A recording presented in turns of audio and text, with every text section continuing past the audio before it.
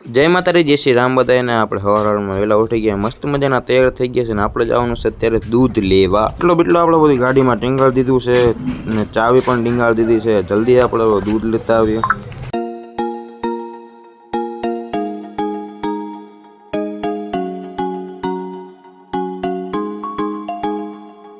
મિત્રો આપણે દૂધ લેવા આવ્યા હતા ને ગઢવીભાઈ એમ કહે છે કે દૂધ અહીંયા પૂરું થઈ ગયું છે, અત્યારે મોડું થઈ ગયું ને તો આપણે ખાલી કેટલી ઘરે લઈ જાવ છે। આ પપ્પા હાનના દૂધ લેતા આવશે, આપણે ભાગી આવ્યા ઘરે।